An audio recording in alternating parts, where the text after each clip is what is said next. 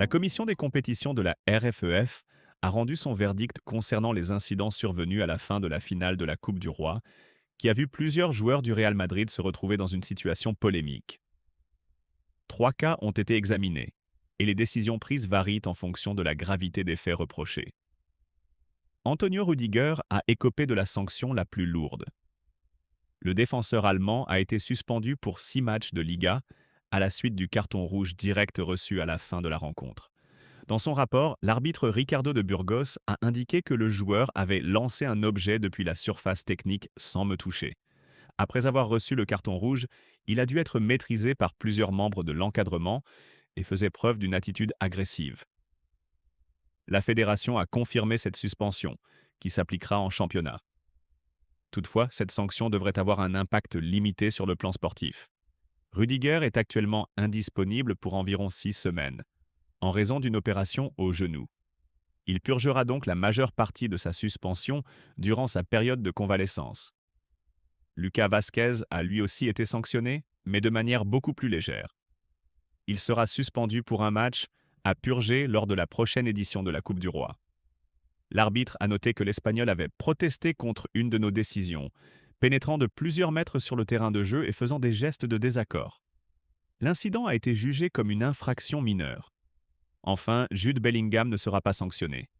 Son comportement a néanmoins été mentionné dans le rapport de l'arbitre.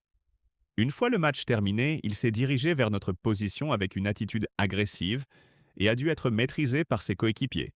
Malgré cette remarque, la commission a estimé qu'aucune mesure disciplinaire n'était nécessaire à son encontre. Au final, le Real Madrid voit 2 de ses joueurs suspendus, mais pourra limiter les conséquences sportives grâce au calendrier et aux circonstances médicales entourant ces décisions. Florian Wirtz.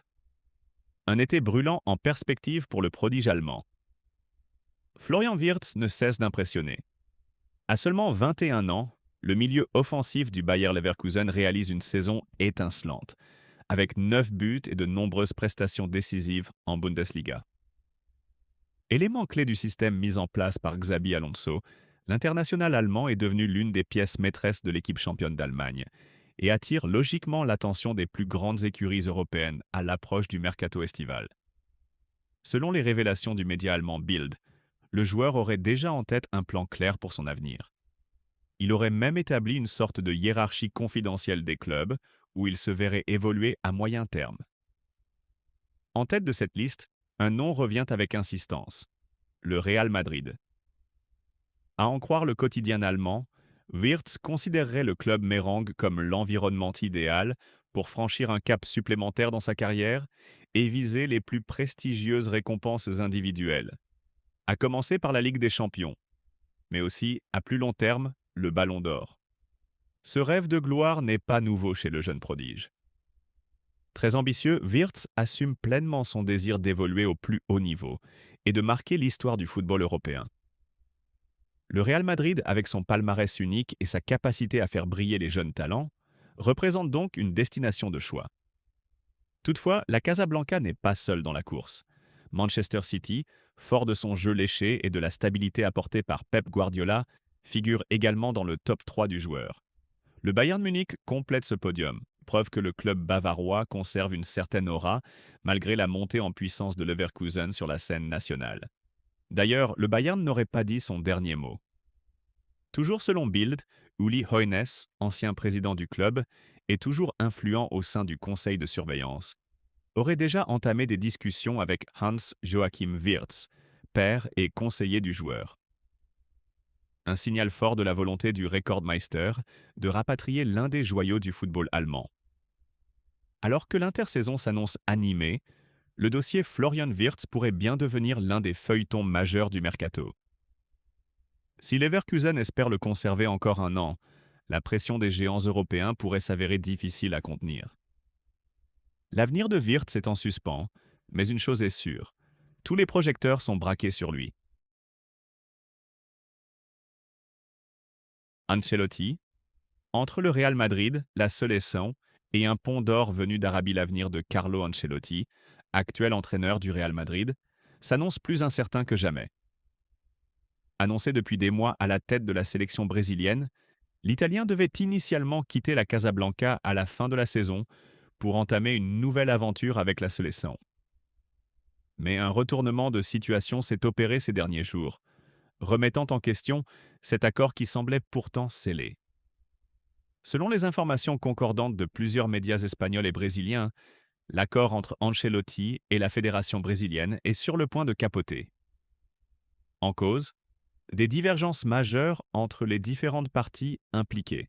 Le Real Madrid, d'abord, refuserait de libérer son entraîneur avant la fin du Mondial des clubs, une compétition qui pourrait durer jusqu'à la mi-juillet si le club madrilène atteint la finale. Un calendrier incompatible avec les exigences de la fédération brésilienne, qui souhaite voir Ancelotti prendre ses fonctions dès le mois de juin afin de préparer les échéances estivales. La situation s'est tendue davantage après une réunion tenue récemment à Londres, au cours de laquelle Ancelotti devait signer son engagement avec la sélection. Contre toute attente, l'entraîneur aurait finalement décliné, contactant directement le président de la fédération pour faire part de son refus. Cette initiative, menée sans l'aval du Real Madrid, aurait fortement déplu aux dirigeants du club. D'autres éléments compliquent le dossier, notamment sur le plan économique. Le Real Madrid, qui ne compte pas rompre unilatéralement le contrat de son coach, refuserait de lui verser la dernière année de salaire s'il venait à quitter le navire. Ce bras de fer financier ralentit les discussions et bloque tout départ anticipé. Comme si la situation n'était pas assez complexe, une offre faramineuse venue d'Arabie Saoudite serait récemment arrivée sur le bureau d'Ancelotti. Le montant évoqué avoisinerait les 50 millions d'euros par saison, une somme difficile à ignorer. Ce projet ambitieux viserait à attirer d'autres stars du Real Madrid à l'avenir, dont Vinicius Junior. Alors que la saison du Real Madrid est encore en cours, entre course au titre en Liga et Ligue des Champions, l'avenir d'Ancelotti reste en suspens, au cœur d'un triangle Madrid-Brésil-Arabie Saoudite aux enjeux multiples. C'est une véritable hécatombe que traverse le Real Madrid en cette fin de saison, frappé de plein fouet par une série de blessures qui vient considérablement réduire les options de Carlo Ancelotti. Parmi les dernières victimes figurent deux éléments essentiels du secteur défensif. Ferland Mendy et Antonio Rüdiger, qui rejoignent une infirmerie déjà bien remplie. Ferland Mendy, revenu récemment d'une blessure aux ischio-jambiers, voit sa saison brutalement interrompue. Selon la radio espagnole COPE, l'international français de 29 ans souffre d'une rupture du tendon du quadriceps droit. Ce type de blessure nécessite une période de récupération d'environ 2 mois et demi, ce qui signifie qu'il manquera non seulement la fin de saison en Liga et en Ligue des Champions, mais également la Coupe du Monde des clubs prévue cet été. Ce coup dur intervient au moment où Mendy semblait retrouver son rythme, ce qui ne manque pas de frustrer le staff madrilène et les supporters. Autre coup dur pour la charnière centrale, l'indisponibilité d'Antonio Rüdiger. Le défenseur allemand souffre d'une gêne persistante aux deux genoux, causée par une arthrose prématurée. Le diagnostic est inquiétant. Il sera éloigné des terrains entre 6 et 8 semaines, ce qui le prive lui aussi de toute compétition jusqu'à la fin de la saison. Un vrai casse-tête pour Ancelotti, tant Rüdiger s'est imposé comme un pilier de la défense madrilène cette année, notamment en l'absence prolongée d'Éder Militão.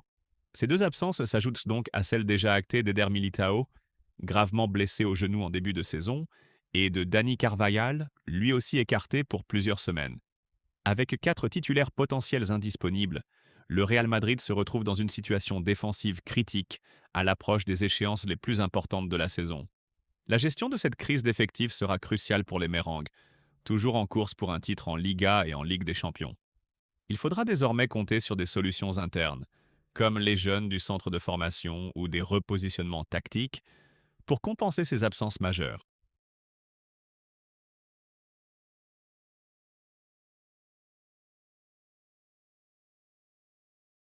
Présent au Real Madrid depuis 2018, Andriy Lunin, aujourd'hui âgé de 26 ans, vient récemment de prolonger son contrat avec le club madrilène jusqu'en 2030. Une marque de confiance de la part des dirigeants de la Casablanca qui souhaitent conserver un joueur prometteur à fort potentiel. Pourtant, derrière cette prolongation se cache une réalité plus nuancée pour le gardien ukrainien, toujours confronté à un avenir incertain au sein de l'effectif merengue. En effet, selon plusieurs sources proches du dossier, Lunin s'interroge sur son avenir sportif et devrait prochainement faire le point avec son agent, Jorge Mendes.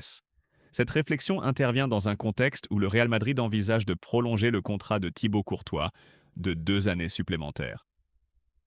Le gardien belge, considéré comme l'un des meilleurs au monde lorsqu'il est en pleine possession de ses moyens, reste le titulaire indiscutable du poste dès qu'il est apte à jouer. Sa prolongation réduirait donc sensiblement les chances de Lunin d'obtenir une place de numéro 1 dans les années à venir. Cette situation place le portier ukrainien dans une position délicate. Malgré sa fidélité et ses performances globalement solides lorsqu'il a été appelé à jouer, il doit encore patienter dans l'ombre d'un Courtois installé. Son envie de temps de jeu régulier et de reconnaissance pourrait le pousser à envisager un départ, temporaire ou définitif. Néanmoins, sa prolongation de contrat représente une opération gagnante à la fois pour lui et pour le Real Madrid.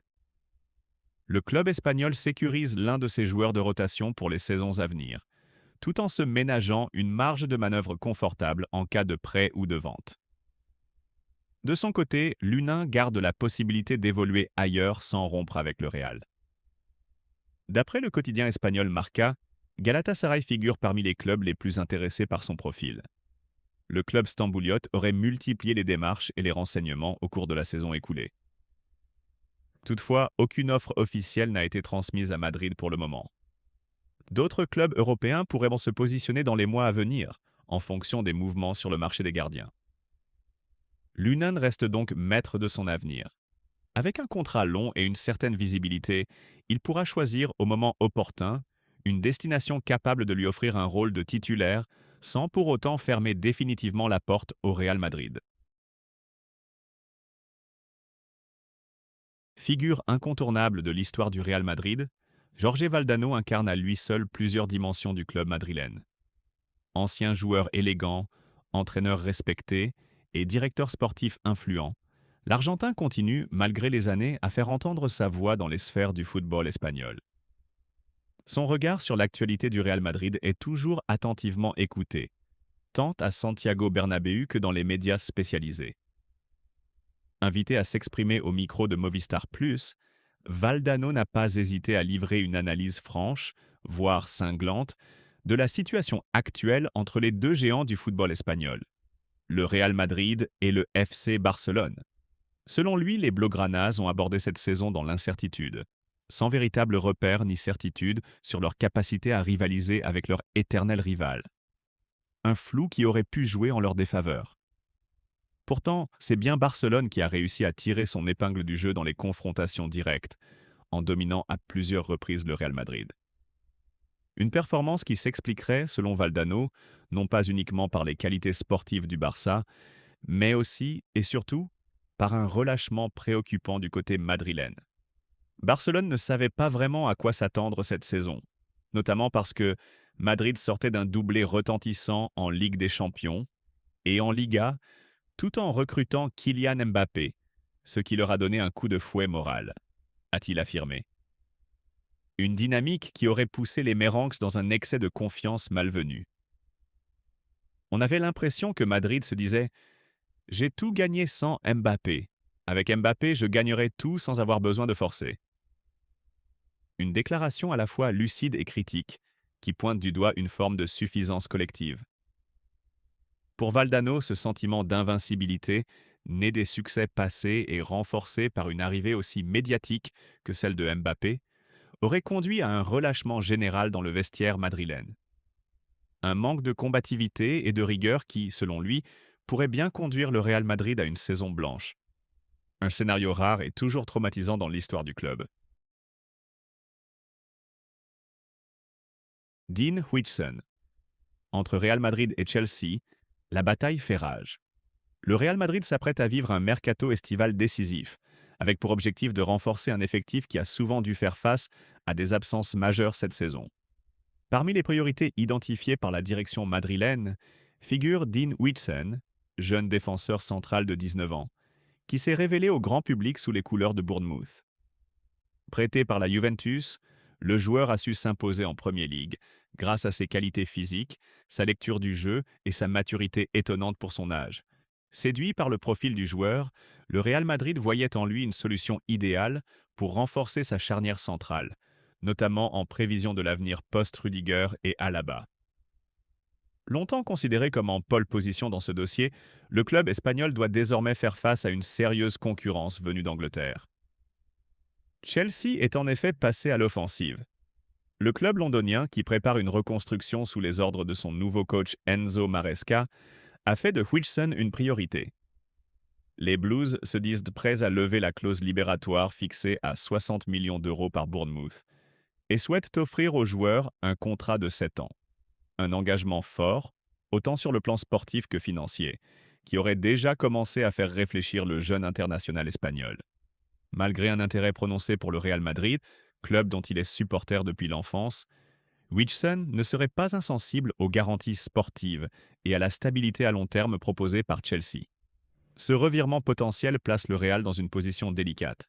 Le club merengue également sur les traces de Martin Zubimendi pour muscler son entrejeu, ainsi que de Trent Alexander-Arnold pour moderniser son flanc droit défensif, devra revoir sa stratégie afin de ne pas se faire distancer. Face à la concurrence féroce de la Premier League et à l'inflation constante des prix sur le marché des transferts, la direction madrilène se retrouve devant un dilemme. Investir lourdement pour sécuriser l'avenir défensif ou concentrer ses ressources sur d'autres postes clés. Une chose est sûre, le dossier Huijsen pourrait bien devenir l'un des feuilletons de l'été.